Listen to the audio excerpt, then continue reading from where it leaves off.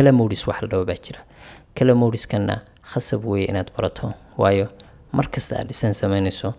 waad ku talagalaysaa oo project-kaaga asaaskiisa ayuu ka mid yahay doorashada marka ugu horeysa aad dooranaysid wuu ku jiraa kala modes waa maxay kala modes laba u kala baxaan RGB colors iyo CMYK colors labada tan waa maxay RGB colors waxa lagu talagalay wax kasta oo shaashad lagu soo bandhigayo marka ugu horeysa aad design gareynayso flyer tusaale baad design gareynaysa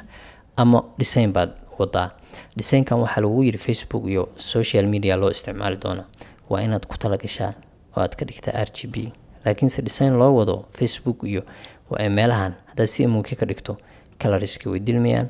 mana qurux badna okay CMYK una waa maxay wax kasta oo loo rabo print product in lagu sameeyo print CMYK baad ka dhigaysaa sida buugaagta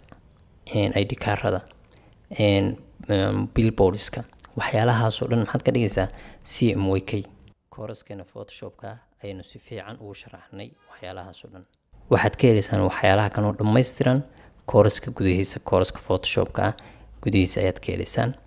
okay RGB colors waa maxay marka waa red green blue CMYK guna waa maxay waa cyan magenta iyo yellow K guna waa maxay waa meesha isku yimaadaan oo black okay RGB colors marka isku yimaadaan cadaan bay noqdaan CMYK marka isku timaadona madow bay soo saartaa marka waa inaad fahmi kartaa marka color theory intaasina ku soo koobaynaa color-kana ogow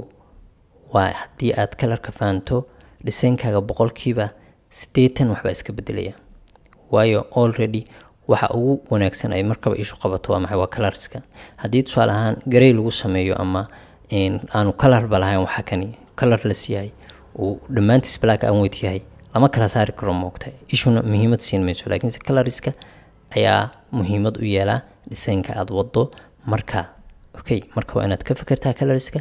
ogaataana kala theory waxa la dhaho inuu jiro gool baan idin rajaynaya